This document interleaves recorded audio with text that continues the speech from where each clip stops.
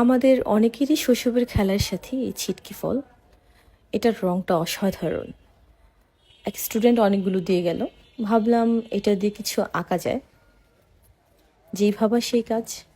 এই ফলগুলো থেকে অসাধারণ একটা পার্পল কালার তৈরি করা যায়। যেহেতু ফলটার ভিতরে লিকুইডের পরিমাণ কম ছিল, আমি সেখানে কিছুটা পানি মিশিয়ে রংটা তৈরি করে নিলাম।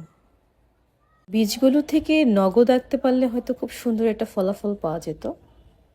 যাই হোক, আমার কাছে রংটা অসাধারণ লেগেছে এবং আমার পছন্দের কালার ল্যাভেন্ডার।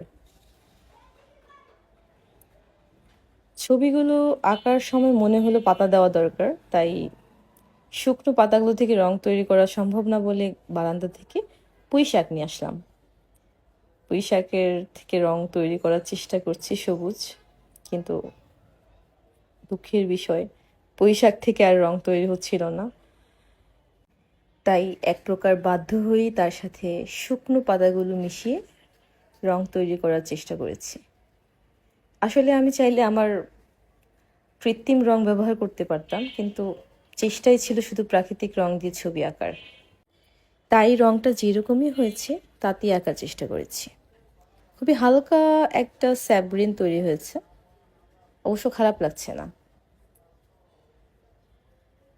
কোনোভাবে পাতা দেওয়ার চেষ্টা করলাম, তারপর শুকিয়ে যাওয়া সেই ল্যাভেন্ডার কালারটাকে একটু ডিপ করার চেষ্টা করছি, যদিও মন মতো হচ্ছে না। দেখি ফলাফল কি দাঁড়ায়। অবশেষে মোটামুটি একটা দাঁড় করাতে পেরেছি। খুব বেশি সুন্দর না হলেও আমার কাছে এটি প্রাকৃতিক রঙে আঁকা একটি অসাধারণ ছবি।